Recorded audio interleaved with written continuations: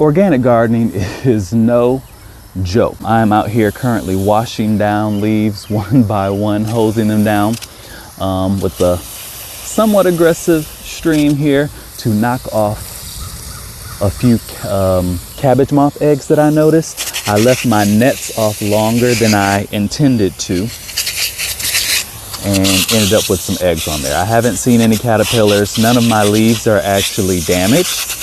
So I'm catching it very, very early on. Actually, I'll show you what one of those little eggs looks like in case you too are presented with this issue.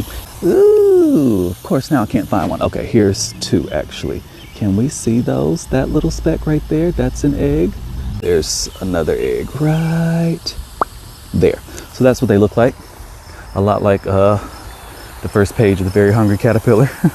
In the light of the moon, they lay upon a leaf, a tiny little egg, or however it goes. Once they turn into caterpillars, that's when they're gonna start eating your leaves, and they can go through a crop pretty quickly. So this is an easy step to take to prevent that.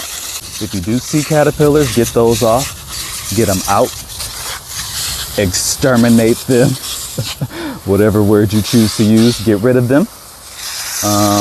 And then eggs, get rid of those as well. I'm gonna put my nets back on, which should prevent really any further issue. I wouldn't even be in this situation if my nets were on.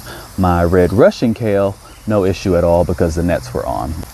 A commercial farm is not gonna be doing this. They're going to have so much that they're growing that they don't have the time or the capacity to, of course, rinse and hose every single leaf. They are going to spray herbicides, pesticides, all sorts of things that are harmful to you in order to take care of those problems, because that's really the only way that they can do it at that scale. But the issue with monocultures, large fields of just one crop, whatever that crop may be, is going to become much more susceptible to whatever issues are associated with that crop, whether it be a particular pest, whether it be a particular disease. Those things are going to be attracted because, whoa, this is a feast of kale that I can eat. It's all here in one place, nothing but kale. Those cabbage moths are going to be moving in, right? So that's why they really have no choice in a lot of instances but to use harsh chemicals to prevent widespread devastation of their crops. At this scale, I don't need herbicides and pesticides. I can take the time.